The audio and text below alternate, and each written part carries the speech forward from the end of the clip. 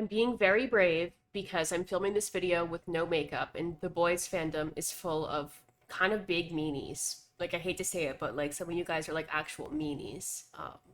Big doo-doo head meanies. But regardless, here we go. The Boys is an Amazon Prime show that depicts a group of vigilantes trying to take down corrupt superheroes that abuse their power. It stands as a satire of the superhero genre in general, arguing that if there were people with superhuman abilities in real life, they would probably be power-hungry weirdos. But the show has become known for much more than this concept, being touted in the media as one of the most poignant political commentaries of this era. And I myself probably would have agreed with this assessment back when the show first started, but unfortunately now I see it as more of the same surface level takes that deflect from conversations about real political action or change. As the showrunner Eric Kripke once said he feared, The Boys has become exactly what it wants to be making fun of, and in this video I'll explain how. And before you think, finally, someone is talking about how wokeism absolutely ruined The Boys, you need to know that I am literally a dirty leftist. If you're expecting me to give a that Frenchie is canonically bisexual, you've come to the wrong place, because I think that men kissing each other is good, actually. But what I don't like is the fact that Tamar Capone, the actor who plays Frenchie, in real life is a Zionist who proudly served in the IOF. How ironic that the anti-fascist, radical Frenchie in real life is a man who spews misinformation for the militarized state of Israel. A puppet of the state, playing a character who would hate everything he stands for in real life. But this fact was just the tip of the iceberg for my disillusionment with The Boys. I was initially drawn to the show because I appreciated how the showrunners were poking fun at the hypocrisy of American nationalism through the character of Homelander, and more importantly, showing how megacorporations are actually the ones pulling the strings through the fictional monopoly that created him, Vought Enterprises. But something about season 4 in particular felt different, and once I started to research the showrunner Eric Kripke's actual views, his critiques of American culture as depicted through The Boys became hypocritically unaware at best and maliciously misleading at worst. There are definitely still some things I think The Boys does well, which I'll touch upon, but what the show fails at represents the broader truth of how liberalism has helped contribute to the rise of the alt-right in the first place. My name is Belle, I make videos about pop culture through an anti-capitalist lens, and let's begin with the bane of my existence, moderate liberalism. I promise we'll get back to talking about The Boys very soon, but in order to understand my argument, we need a clear definition of what liberalism actually is, because there is a stark difference between those who call themselves liberals and those who call themselves leftists. If you already have an understanding of true liberalism in practice, which I'm sure a lot of you do, feel free to skip this section in the timestamps below. If you don't understand the definition of liberalism, I do not blame you at all. At times it feels purposely convoluted to further confuse and divide us, so let's try to make sense of it together. In short, liberalism is a political orientation that favors social progress through incremental reforms like changing laws, rather than through revolution. Liberalism inherently still believes that free market capitalism can provide society with universal rights. A perfect example of this in practice is Joe Biden in the current Democratic Party in the United States. Take this Biden tweet for example, where he says, "I'm a capitalist. If you can make $1 billion, go get it. Just pay a little more in taxes. It's time billionaires pay a minimum of 25% minimum tax." Of course, any actual legislation that would attempt to see this happen in reality would never make it through our Congress, because our elected officials are bought through megacorporations and special interest groups. But liberals don't really care. For liberals, it's less about actually changing material conditions and more about appearing to care about the oppressed, through posturing themselves as the good guys or the lesser of two evils. If liberals can make you believe they're better than the other guy, then they don't have to actually change anything. The key thing to note here is that liberals fight for influence over the oppressed, but not against the actual oppressor, and then that influence is used to maintain order. Kwame Ture explains this in his essay, The Pitfalls of Liberalism, with the following quote: "These pitfalls are present in his politics because the liberal is part of the oppressor. He enjoys the status quo. While he himself may not be actively oppressing other people, he enjoys the fruits of that oppression. And he rhetorically tries to claim that he is disgusted with the system as is." Liberals can claim they are disgusted with the system all they want, but at the end of the day, it's become very clear that this system is still something they fundamentally believe in. Leftists differ from liberals because we believe change cannot be enacted when order is put above justice. We believe oppressed groups should have the right to fight back against those enacting violence against them. Unlike liberals, we do not believe this capitalist system can provide any justice or equity for oppressed groups. I hope that definition was helpful. Now, despite Eric Kripke of The Boys taking taking some jabs at capitalism and the two-party system in general, this is still something he believes in, and he subtly advocates for it in his work. Some people believe The Boys is about how capitalism has perverted American politics, which I also used to think was the case, and though I can see how that would be a leftist takeaway, who already knows this to be true, this was actually not the showrunner Eric Kripke's intention at all. In this interview with The Hollywood Reporter, Kripke is directly asked about his intentions with The Boys. His response was the following: "When Seth and Evan and I took it out to pitch, it was 2016. We just wanted to do a very realistic version of a superhero show, one where superheroes are celebrities behaving badly. Trump was the, he's not really getting the nomination, is he, guy. And then when he got elected, we had a metaphor that said more about the current world. Suddenly, we were telling a story about the intersection of celebrity and authoritarianism, and how social media and entertainment are used to sell fascism.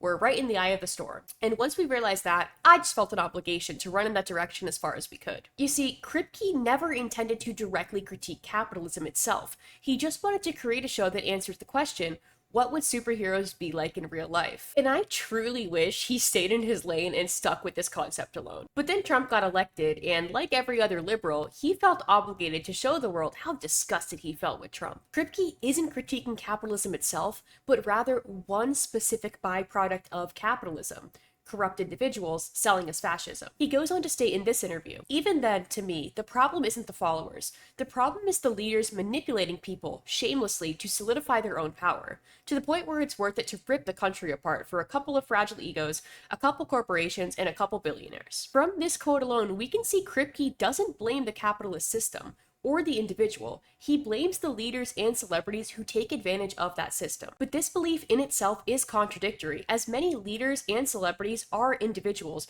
who still have to find a way to operate under this system just like their own followers. This is even portrayed in The Boys through the character of Ashley, who despite once being progressive, has become corrupt under a system that demands her turning a blind eye to atrocities and enabling Homelander to secure her own safety. If Kripke truly believes the problem isn't the system, but leaders like Trump who take advantage of the system, this would mean the solution to the problems presented in The Boys is to simply elect better leaders or put more regulations in place to prevent these leaders from having too much power, which we see happening in the show through Annie and Singer trying to pass their soup control bill. Kripke shows his true cards by saying people like Trump are ripping the country apart, as if the conditions for Trump weren't perfectly set up due to capitalism ignoring the needs of the people. This is where The Boys kind of falls apart for me, and it's so frustrating because sometimes, like with the character of Ashley for instance, it does feel like the writers are so close to making solid political critiques, and these get overshadowed by Kripke's liberal centrist ideology of Trump bad, Homelander is Trump. Which, like, yes, we all know that's true. Trump is bad. In this article,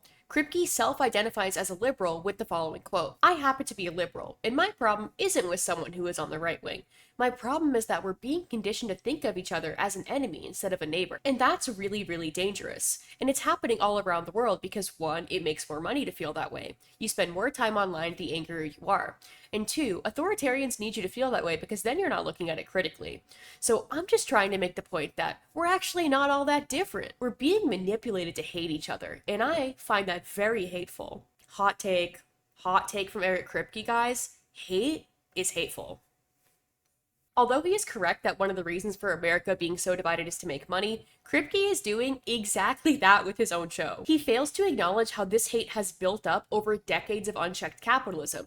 It is not something new or uniquely dangerous. It is the inevitable end to a system that relies on there being someone on the bottom of this pyramid. Kripke isn't showing the full picture in his work, and that is because, like other liberals, he seems to be of the belief that this hate is uniquely dangerous, more dangerous than the systematic conditions that have led to this hatred and division. To liberals, a violent division would disrupt the status quo and thus their proximity to power. Kwame Ture writes, "Now I think the biggest problem with the white liberal in America, and perhaps the liberal around the world, is that his primary task is to stop confrontation, stop conflicts, not to redress grievances, but to stop confrontation."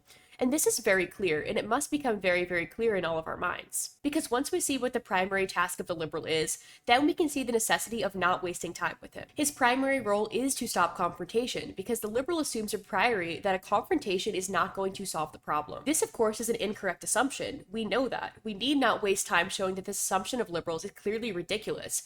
I think that history has shown that confrontation in many cases has resolved quite a number of problems. Look at the Russian Revolution, the Cuban Revolution, the Chinese Revolution. In many cases, stopping confrontation means prolonging suffering. Stopping confrontation is indeed more important than anything else to Kripke and other liberals, and this can be seen more clearly in his stance on Israel. When investigating his stance, it becomes apparent that his main grievance is conflict or confrontation, not addressing the very real grievances that Palestinians have with the colonization of their country. He has liked tweets spreading misinformation about Hamas beheading babies, which has been disproven, and tweets from the official state of Israel. He also posted this extremely moderate take to his Twitter. It is absolutely reasonable and logical to be opposed to Israel's government's treatment of Palestinians while calling for the protection of Jews in Israel and around the world. Hamas is a terrorist organization that is attacking civilians by land, air, and sea. The images of kidnapped Israelis are shocking and devastating. Given the thousands of years of the persecution of Jews, please know that your Jewish friends, even if they are not in Israel, are hurting and fearful when things like this happen and non-Jews are silent. I understand many of us are afraid to voice an opinion because the crisis there is so nuanced and hard to understand. And we're afraid of saying the wrong thing. But we can, and must, always use our voice to denounce terrorism and the senseless murder of civilians. Be nice. I'm finding. First of all, Israel has murdered over 100,000 innocent Palestinian civilians since October 7th, as opposed to the around 1,100 Israelis killed. But Kripke has not renounced Israel's actions. You can say all you want that you're opposed to this behavior, but in reality, this has been Israel's mission since the Nakba, which was the mass displacement and ethnic cleansing of Palestinians in 1948. You can't be opposed to Israel's government's treatment of Palestinians and support the state of Israel, because the entire government is dependent on eliminating all the Palestinians who originally occupied this country. This is why leftists are rightfully referring to Israel's current actions as genocidal. In taking a moderate position on Israel and Palestine, Kripke and other liberals are failing to acknowledge the inevitable suffering and extremism that colonization creates. This is why so much of the boys' political commentary feels shallow, because the liberal point of view can only go so far in accurately critiquing our current political conditions. Remember that tweet from Biden that I used to define liberalism? Yeah, well, this was found in Eric Kripke's likes. He falsely believes that capitalism can work as long as the oppressors pulling the strings adhere to certain moral standards,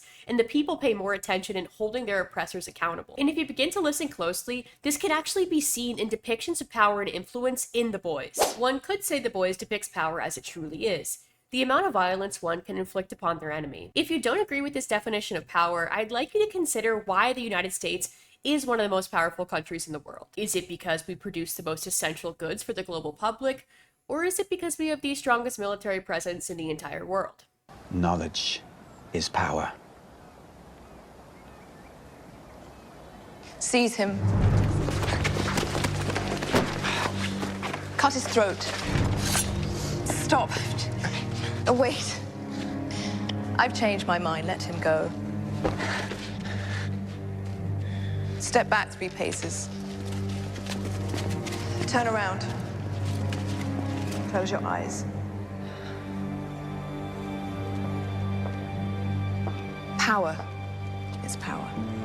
I too hate that this is the reality that we live in, but we cannot deny the truth here. In The Boys, the most powerful superhero is either Homelander, Soldier Boy, or Newman because of their physical strength. But so far, how have the protagonist characters stopped them from using violence or exerting their power? In the case of Homelander and Newman, they try to influence them through negatively impacting their popularity. In The Pitfalls of Liberalism, Ture writes, "I do not think that liberals understand the difference between influence and power, and liberals get confused seeking influence rather than power. The conservatives on the right wing, or the fascists, understand power, though, and they can move to consolidate power while the liberal pushes for influence." If you haven't noticed, basically, like, my entire argument for this video is based on The Pitfalls of Liberalism by Kwame Ture, so if you're interested, I'm gonna link that in the description below, because it's a short read and it's super interesting. The writing in The Boys actually echoes this liberal sentiment, and this can be seen through the actions our protagonists take in fighting against the Supes. In one physical representation of this belief, the only thing that stops Homelander from lasering Huey or Annie to death is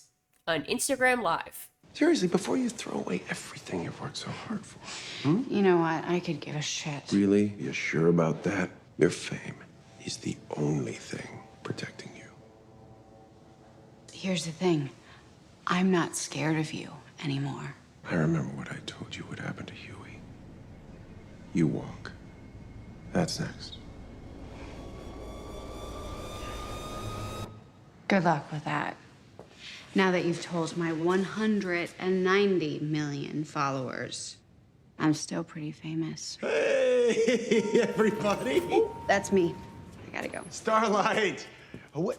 You're not supposed to record us when we're running lines.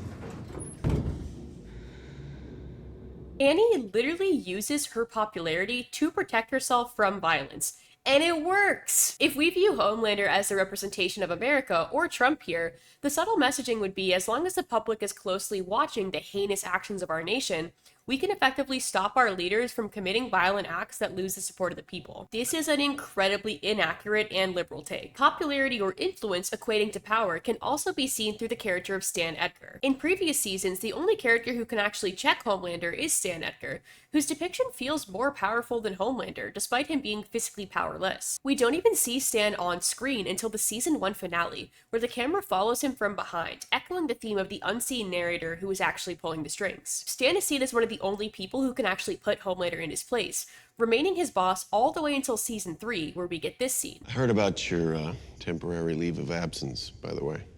Those things do have a nasty habit of becoming permanent, though, don't they?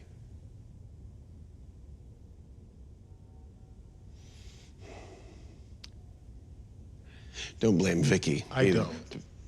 If there's one thing I taught her, it was to play all sides. The camera is positioned closer to Stan, with Homelander in the background, to portray Stan as the one who is actually in control. What did you give her? A little respect, Stan. Something you should have given me. What good would that do? Where would it even go? But to the bottomless, gaping pit of insecurity you call a soul. Oh, God. You want to know something? I used to be intimidated by you. I did. And now I look at you, I have no idea why. Then why are you still here?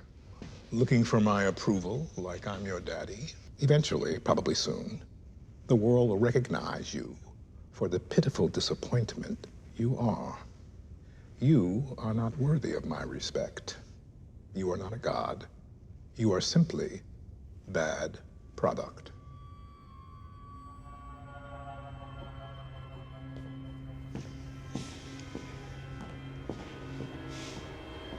I-T-G-I-R-L. You know I am that girl. He walks away from this encounter with Homelander completely unscathed, despite the fact that Homelander could laser him to death in any second. Even the way Homelander takes down Stan is with influencing the public and appealing to morality. He could have easily killed him and taken control of Vought whenever he pleased, but instead he went through Newman and scared her into outing him as being complicit in corporate crimes in a press conference. Homelander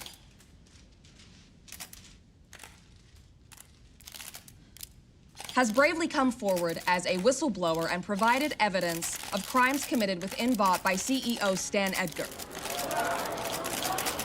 And in the coming days, the FBSA will be investigating charges of blackmail, perjury, and obstruction of justice against Mr. Edgar.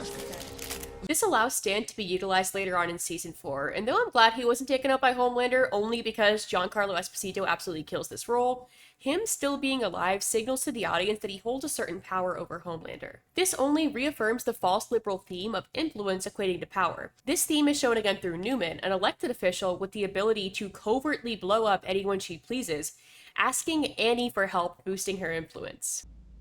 You have 193 million Instagram followers. Lend me your influence and I'll lend you mine. I can protect you from Homelander. You'll finally be team captain for real. And in return, you help me goose my numbers. I can finally get my education reform bill passed. We can make things better, Annie. For my daughter. For a lot of daughters. This woman has literally killed multiple congressmen already, but she needs Annie's Instagram followers to help her pass an education bill? What version of America exists in The Boys where someone having more Instagram followers somehow outweighs the corporations that have already bought and rigged our political system? Also, why can't she just blow up all the politicians who are bought by corporations? The Boys have two methods of recourse against Newman. One is the Red River Files, which contains the truth about her being a soup, which would destroy her popularity, and the other is the soup virus, which would kill her. In season 4, episode 5, everyone in The Boys besides Butcher decides it is morally indefensible to use this virus on her or Homelander, which would put them all at risk of dying in this moment. That's the only dose. I say we leg it. Butcher's right. It's too valuable. Okay, we run. We don't all make it. Darwinism, love. Don't gotta be the fastest, just not the slowest. No f***ing way. Enough, not now. I won't be able to outrun them. Oh, don't you cry for that. He's just trying to nick Zoe from you. That's his old plan, isn't it? He's lying. Sorry, Stanny. Just business. Guys, stop. Son of a... I should have fucking known. And them could die, okay? Or Frenchie. I mean, you really don't care who you just throw to the wolves. No, not really. You're a monster, and I'm not letting you do this. Ture argues in The Pitfalls of Liberalism that liberals often raise ethical or moral questions about violence, claiming they won't stoop to the violent level of their oppressor to attain liberation, which leads to nothing getting done. One of our protagonists, Annie, clearly still holds this sentiment throughout the show through her hatred of Butcher, seemingly the only character willing to dirty his hands to stop Homelander. Even after everything the characters have witnessed Homelander do, Annie still tries to take the moral high ground despite knowing that her opponent Homelander is not fighting with the same rule set.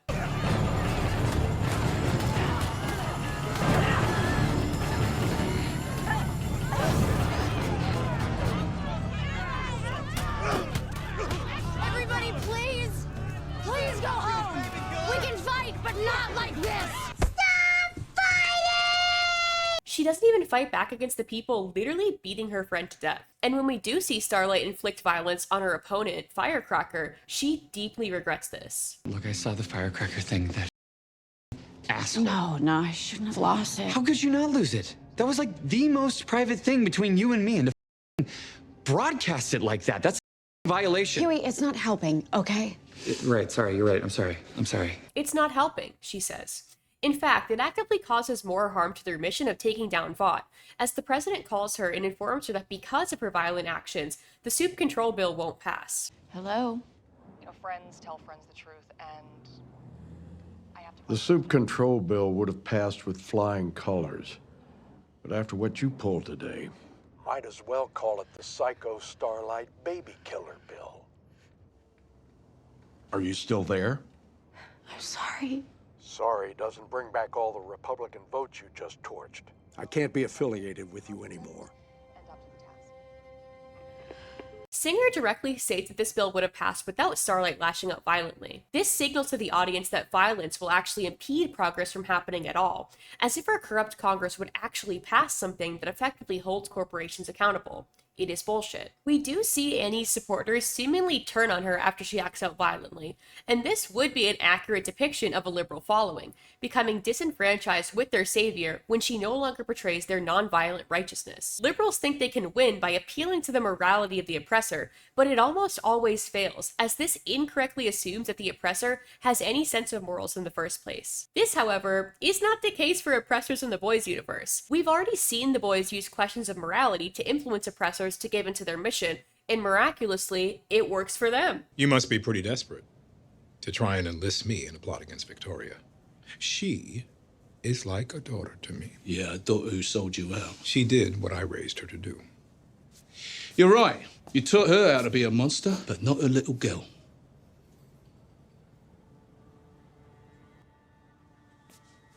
Ah. You didn't know.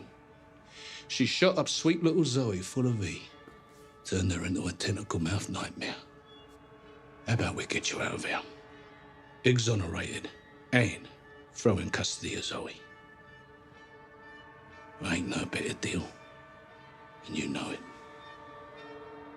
Stan Edgar was literally the billionaire CEO of a company founded by an actual Nazi that finds power-hungry or impoverished parents to coerce them into using their children as guinea pigs to administer Compound V for the ultimate goal of creating human weapons to sell to the US military.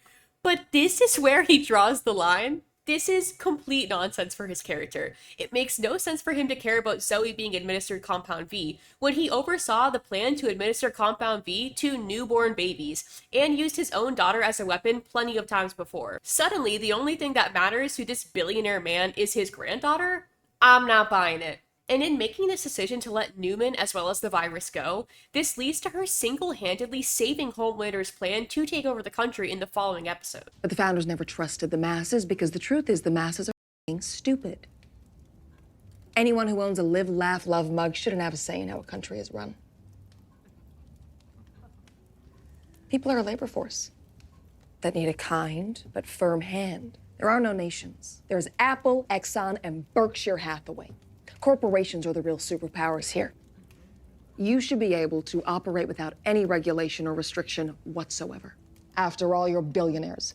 You were smart enough to know what's best. You can argue that Newman was doing or saying this out of fear, and to a degree that is definitely true, but she seems completely sincere in saying anyone who owns a Live, Laugh, Love mug shouldn't have a say in how this country is run. She was raised by Stan Edgar and killed multiple people to protect the secrets of Vought. She, like Sage, believes people are too stupid to deserve the right to their own determination. She is a fascist.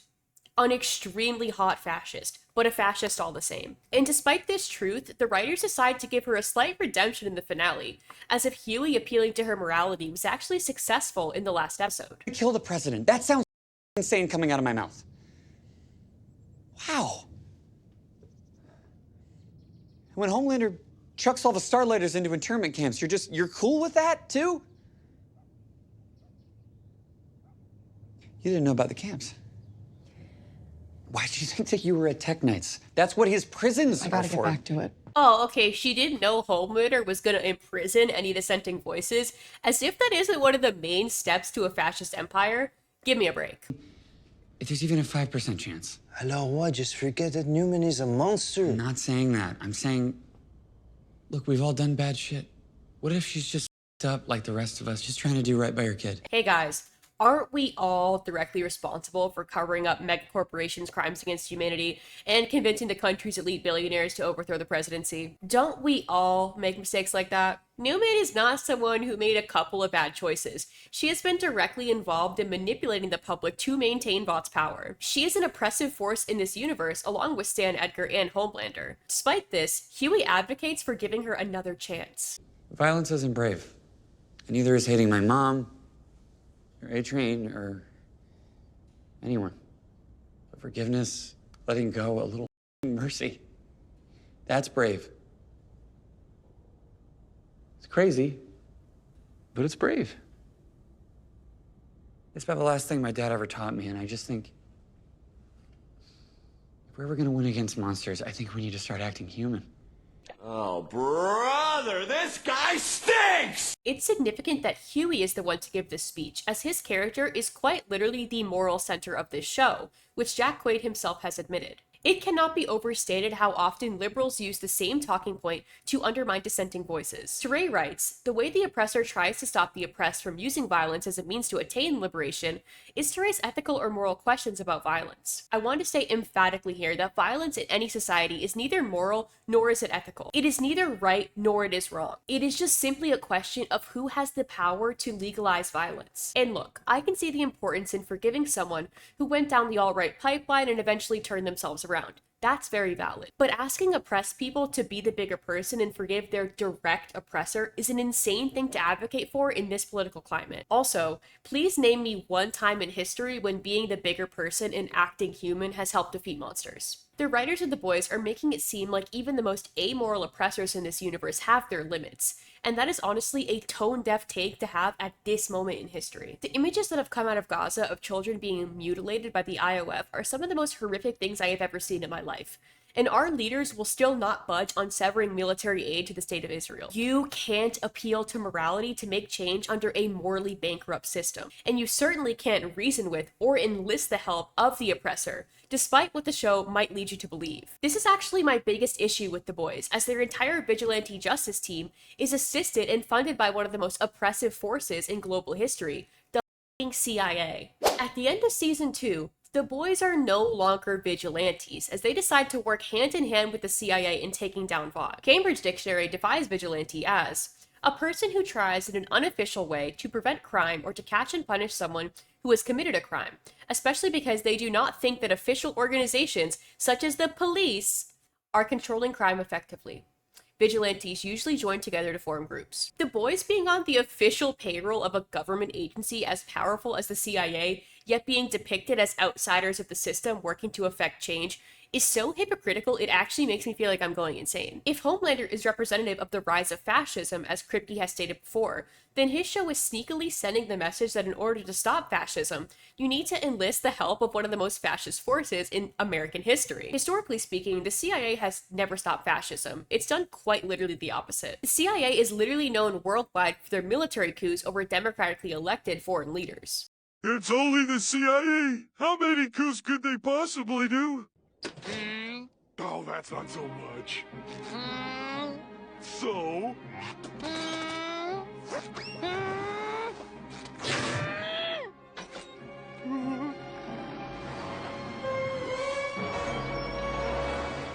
had no idea. What kind of monsters have we unleashed? I'm not getting into every single coup done by the CIA in this video because it would take too long and wouldn't get me anywhere in the YouTube algorithm. But if you'd like to learn more about that, I recommend this age-restricted, demonetized video by Second Thought. Posturing of the CIA as a necessary evil in The Boys is incredibly hypocritical, especially given the radical images presented in the character of Mother's Milk. MM has worn Black Panther Party shirts, has a photo of Huey Newton, one of the founders of the Black Panther Party, in his apartment, right next to a framed picture of Obama, of course, which isn't cringe at all. Obama is a relatively moderate member of the Democratic Party, not a black revolutionary like members of the Black Panther Party. And posturing the two next to each other seems insulting to actual black revolutionaries who risked their freedom and their lives for the people. I also think I see a picture of Fred Hampton next to the Black Panther Party poster here, which is wild if true, because the CIA quite literally assassinated him for attempting to popularize a socialist revolution. If MM is so inspired by the Black Panther Party enough to literally decorate his apartment in honor of them, then why the would he trust the CIA, the same agency that killed Fred Hampton, one of his Black Panther Party heroes, to aid in his mission against Vought? It is completely hypocritical and goes against the values that Mother's Milk seems to genuinely hold. The only time any actions of the CIA are painted as negative in The Boys is when the former CIA director Mallory admits that the agency sold crack to black neighborhoods, which of course really did happen. Mallory seems to express regret for this, which, like, bare minimum there. But she doesn't seem regretful about her participation in Operation Charlie, where the CIA funded Argentina's military dictatorship from 1976 to 1983 to stop the socialist Sandinista movement. One might say the depiction of Operation Charlie at all in The Boys is a good thing, as it exposes the CIA's willingness to literally fund fascism to protect their own economic interests. The problem is, that's not exactly how it's stated in the show. It was part of Operation Charlie. Operation Charlie? Reagan's pet project off the books. Help the Contra rebels fight the Russian-backed Sandinistas. Mallory simply states this mission was to help the Contra rebels fight the Russian-backed Sandinistas. And without any further context, the viewer could see this action as a necessary evil, since Russia is always portrayed to be the bad guy in our media. Even in this episode of The Boys, one of the most evil characters is the Russian mobster Little Nina. This scene leaves out the full context of the truth. The fact that the man the CIA was backing, Anastasia Somoza, was literally a right-wing dictator who was once quoted saying, "I don't want an educated population, I want oxen." The viewer would only know this if they actually looked up the operation after this episode, and that's a hefty assumption to make. Also, the way Mallory is portrayed in the show as someone who always helps our protagonists, one could walk away with the assumption that this military operation was for the greater good, as Mallory is a character who seems to make compromises for the greater good. I'm not allowing this. I'm sure Director Casey will address any concerns you may have. Oh, and we need a couple of your men to fetch water for our tents. Thank you so much.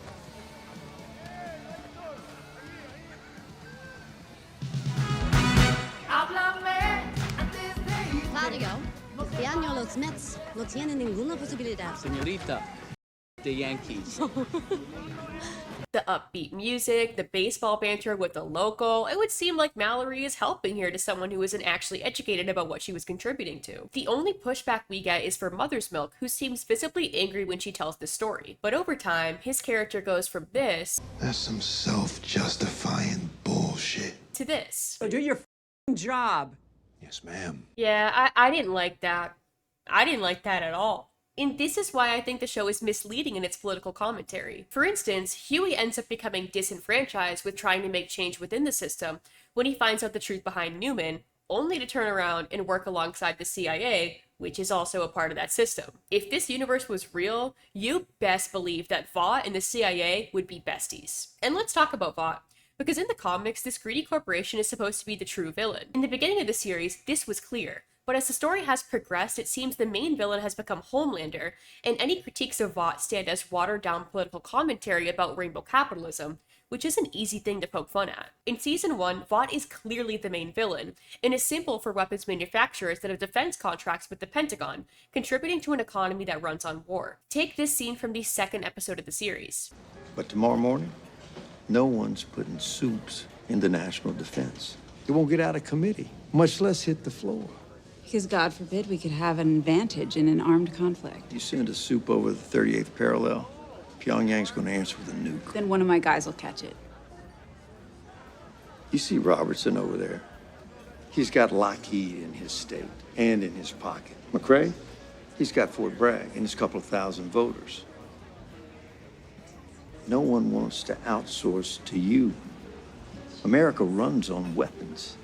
Hell, it's one of the only damn things we still make. The writers literally name-drop Lockheed Martin and Fort Bragg. Then, later in this episode, Stillwell blackmails the senator with a sex tape in order to manipulate him into garnering support for soups in the military. The soups obviously symbolize weapons here, and watching Stillwell use ruthless tactics to secure political support signals to the audience that Vought, aka megacorporations, are the real villain. She even sends Homelander and Maeve on a mission to stop a plane from being hijacked in episode 4, despite knowing there's a good chance they will fail and kill everyone on board, which does end up happening. When Homelander turns this tragedy into garnering political support, Stillwell is thrilled that it helps her ultimate goal. Said they didn't have to die. We arrived 3 minutes after the plane went down. Why? Because we're not in the chain of command. If NORAD called us before they scrambled jets, then we could have saved them. 123 men, women, and children. Excuse me.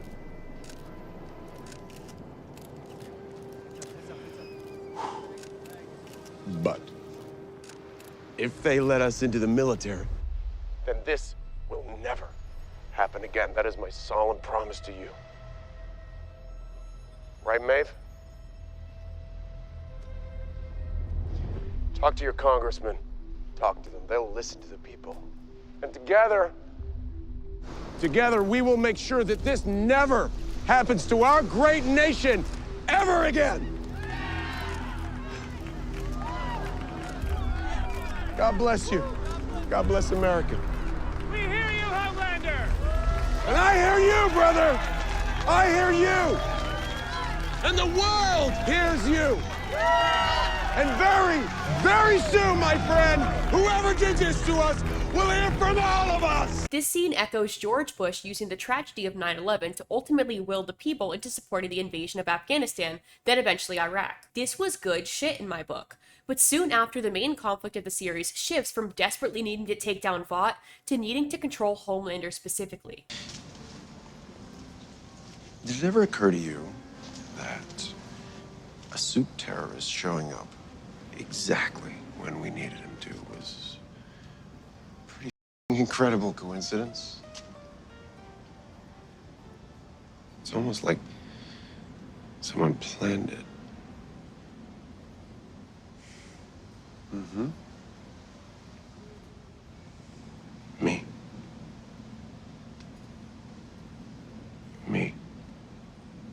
I made him. What do you mean you made him? Well, I borrowed some Compound V. I had A Train run it all over the globe, and I supercharged some jihadis. Homelander went rogue and created super terrorists to make having soups in the military an absolute necessity. But the decision to make Homelander solely responsible for this instead of having Vought instruct him takes responsibility off the corporation and puts it onto one character. Although Homelander is a product of Vought and thus Vought has implied responsibility here, the show is so direct in its other political commentary that this feels like a disservice. It also doubles down on posturing Homelander as the sole villain in Season 3 when he takes over the company with Ashley as his puppet CEO. Seeing as it's my very first board meeting, I thought perhaps we'd start by going around the room and giving you all a chance to introduce yourselves. Bill Marsh, and I, for one, would like to thank you, Homelander, for giving me the opportunity to serve this board at such a pivotal moment in Vaught's history. Pat Willis, sir. You've rid us of Stan Edgar and restored honesty, integrity, and innovation to this corporation. One question. With the changes around here, our EBITDA margins will drop a tiny bit. How do you want to handle that on the earnings call?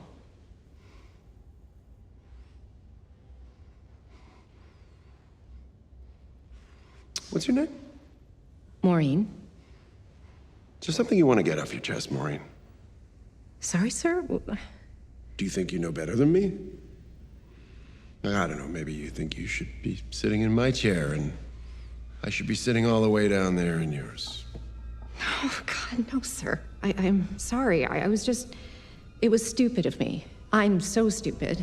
And you're so great. And, Maureen, you're embarrassing yourself. You should go. After this scene, it's official. Nobody in Vought has any power besides Homelander himself. We've lost the symbolism of Vought being a war-hungry weapons manufacturer, and we've moved on to the very lazy commentary of Homelander is Trump and Trump is bad. There's even a direct parody of a Trump rally in this new season. Big round of applause for the Samaritan's Embrace Boys Choir. Whose broad stripes and bright stars through the perilous fight on the ramparts we won. They're the same picture. If you're going to give me direct Trump comparisons, then Singer should be an 81-year-old man in cognitive decline who has no idea where he is and just wants some ice cream. The original symbolism has become watered down, and now the company Vought isn't the main villain, but a catch-all for any time the writers want to dunk on media corporations who engage in political pandering. This results in Vought appealing to both the alt-right with things such as Vought on Ice, as well as the moderate liberal with Vaught's Black Addict campaign. Like, the company is producing this. Now you can't say Merry Christmas, just Happy Holidays. Or maybe just season's greetings in a million different neutered ways. As well as this.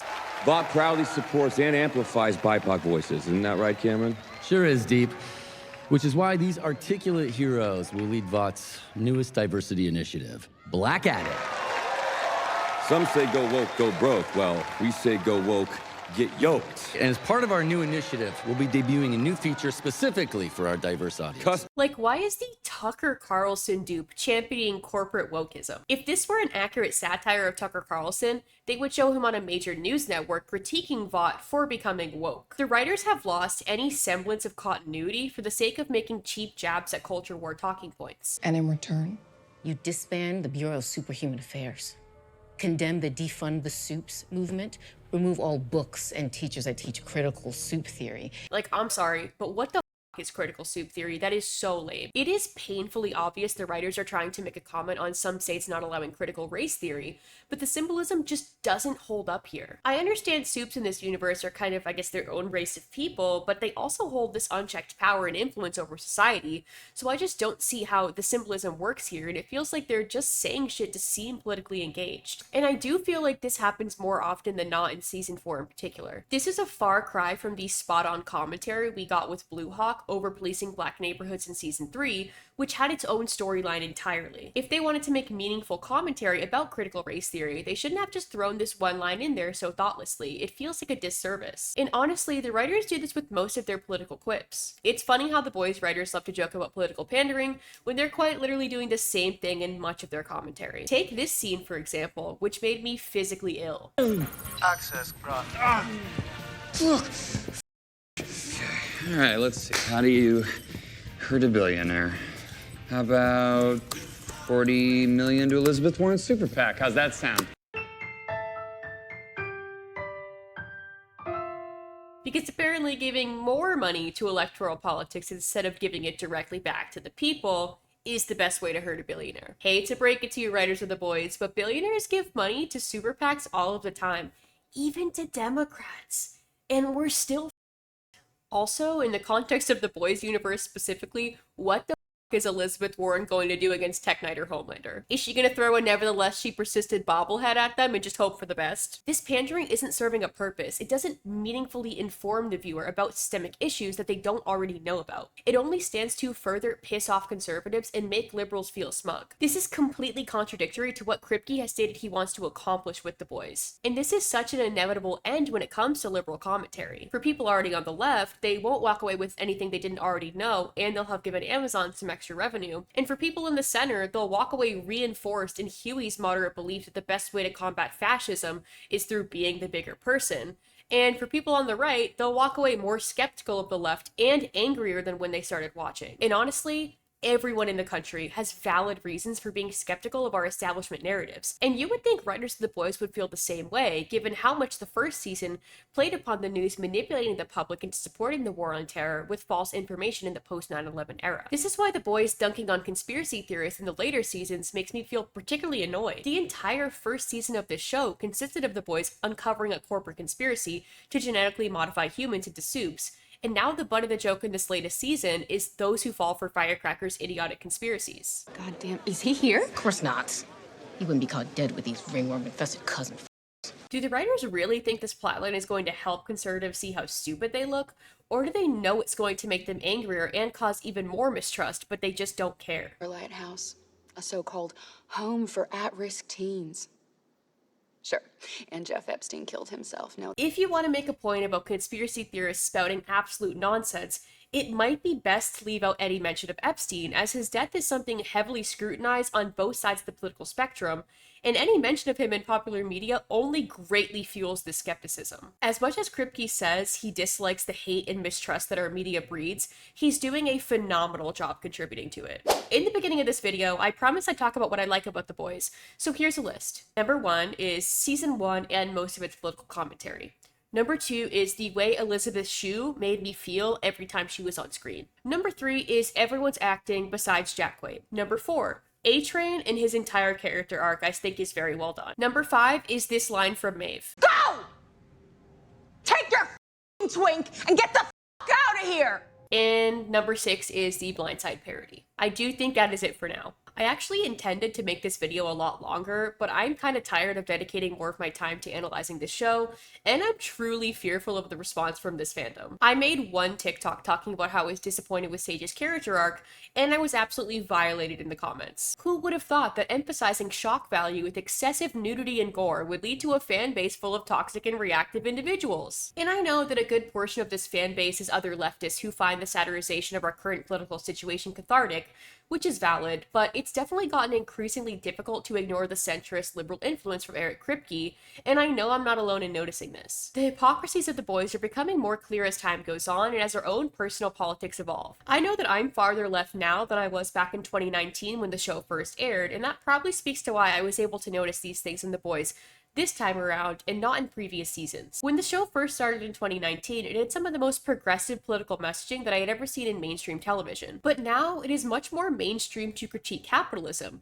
to the point where we've even started to recognize that anti-capitalism in itself is a product being sold to us that helps maintain the status quo. The Boys may have always been destined to fall into this trap, but I do think they could have avoided it by focusing less on attempting to mirror every single mainstream political sentiment and more on creating a universe independent of these constraints that explores the most interesting concept that this show emphasized in the first place, which is, if heroes don't exist, then how do we save ourselves? I don't have an exact answer to this question, and there isn't just one answer, but I do know for sure that it isn't breaking into a billionaire's house and transferring money to Elizabeth Warren's super PAC. I think that's all I have to say about this for now, and I hope you don't take this video as me telling you what to watch. Please continue to watch the show if it's something that brings you joy. All I wanted to do was point out the neoliberalism creeping in so we can challenge these ideas when we see them, and push for even more creative media that goes outside the bounds of what we're all used to consuming. Thank you so much for watching. If you like this content, you should subscribe to me. What the hell? I'm also so sorry that Gooby did not show up in his chair. I think he said, "Mom, you need to book me in advance." And that's fair, because look at him. Gooby, say bye.